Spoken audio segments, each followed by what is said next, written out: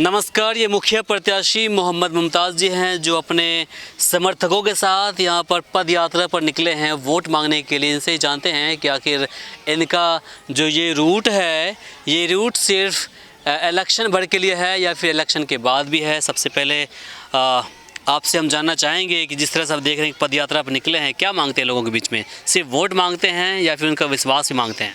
Vote और विश्वास हम दोनों चीज़ मांगते हैं। इसलिए वोट मांग के तो आज तक नेता गया ही है, वोट मांग के गया है तो दोबारा नज़र नहीं आया है। मेरा ये है कि मतलब वोट भी मांगते हैं और विश्वास भी मांगते हैं। आप विश्वास कीजिए मेरे पे, 5 साल का ही बात है, कोई मतलब ज़िंदगी भर का तो चुनाव है नहीं, 5 साल का चुनाव है।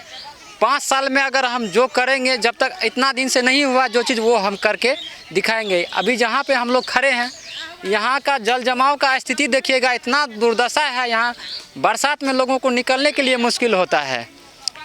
मुखिया लोग आते हैं, जीत के जाते हैं, दोबारा नज़र नहीं आते। इनको बोला जाता है, एक बांस गांव के नाम से जाना जाता है, जो कि जंगल की तरह होते हैं।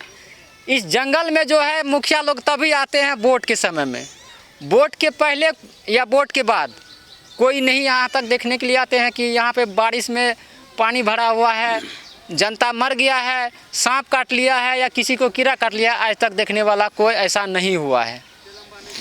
हाँ, तो ये महादलित बस्ती हम देखे हैं, यहाँ पर काफ़ी परेशानियों का सामना करना पड़ता है इन लोगों को। बड़ा मुश्किल से लोग ज़िंदगी जीते होंगे। जिस तरह से इनसे मैंने बातें की, इनका कहना था कि जो मुखिया जी थे वादे किए थे और फिर वो वादे भूल जाते हैं, भूल गए। तो आपने किस तरह का विश्वास उन्हें दिलाया?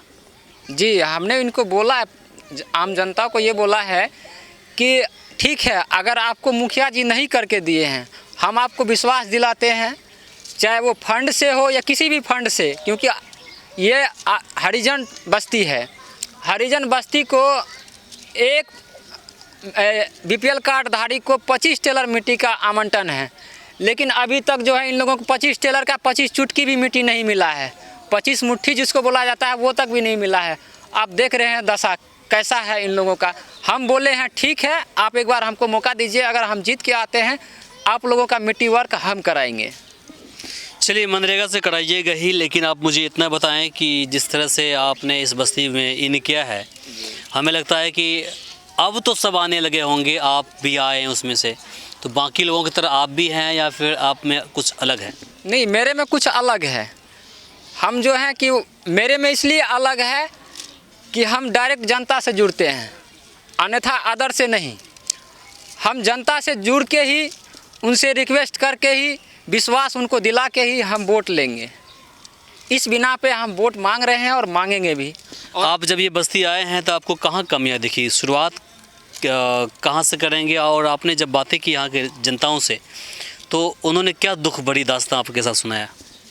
सर, यहाँ का दुख भरी दास्तान तो ऐसा है कि मुझे खुद रोना आता है यहाँ का दुख भरी दास्तान सुन के। क्योंकि रोडों का स्थिति आप देखिएगा सर, ये घरों का दरवाजे का स्थिति देखिएगा सर। ये लोग पानी में, हम ये देख रहे हैं कि ये लोग पानी में रहते कैसे होंगे।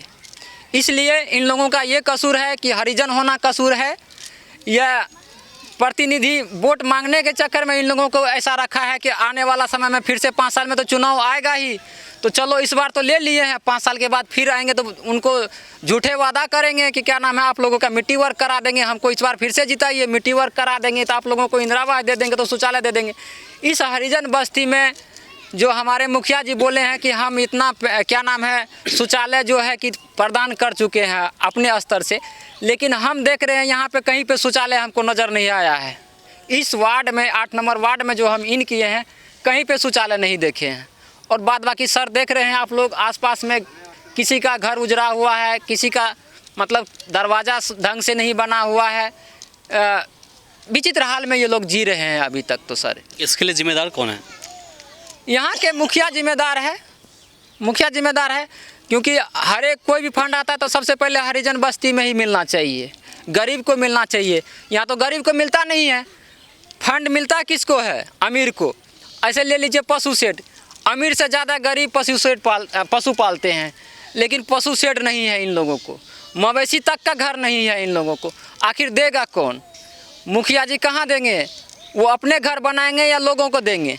अभी तक किसी को पशु शेड ऐसा नहीं मिला है। आप चलिए, क्या नाम है, कहीं पे 2 दे दिया है, कहीं पे 1 दे दिया है, और उसके बाद जो है इन पशु शेड ही गायब है।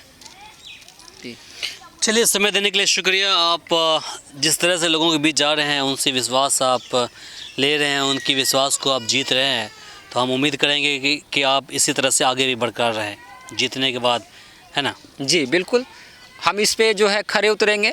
अगर जनता मालिक मौका देता है तो सबसे पहले हम हरिजन बस्ती जितना भी है मेरे पंचायत परसागढ़ी दक्षिण में, सबसे पहले हम हरिजन बस्ती को बनाने का काम करेंगे, अन्यथा अदर को नहीं।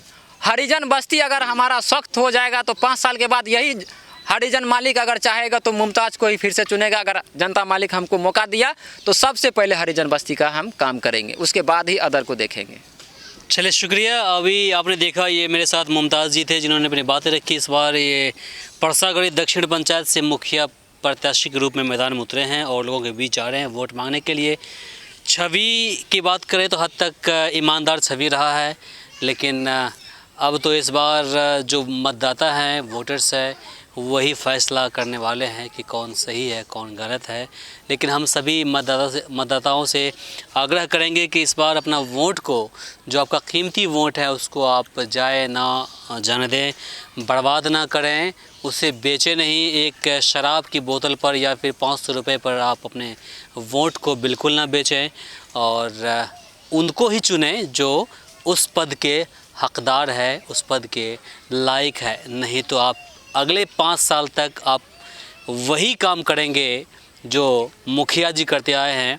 बस चूना लगाने वाला काम होता रहेगा, वो भी लगाएंगे और आप भी लगने के लिए आप तैयार रह जाएंगे। क्योंकि पैसे से अगर आप वोट कोई ख़रीदता है तो उससे बड़ा ख़तरनाक व्यक्ति, उससे बड़ा आप बोले तो बेईमान व्यक्ति कोई हो नहीं सकता है। चूँकि वो आपके सिर्फ़ एक वोट को ख़रीदता है, मजबूरी होती है आप पैसे ले लेते हैं, लेकिन वो सिर्फ़ एक वोट नहीं ख़रीदता है, पूरे आपके 5 साल को ख़रीदता है, उसके अंदर जो विकास होता है उसको ख़रीदता है। तो इसलिए ईमानदार रहें। 500-1000 रुपये से कुछ नहीं होता है, 2 दिन खाएंगे फिर आप भूल जाएंगे। तो कोशिश रखिएगा कि इस बार अपना मत उनको ही दीजिएगा जो एक ईमानदार छवि के व्यक्ति होंगे। तो फ़िलहाल के लिए मुझे इमरान को दीजिए यहीं पर इजाज़त। नमस्कार।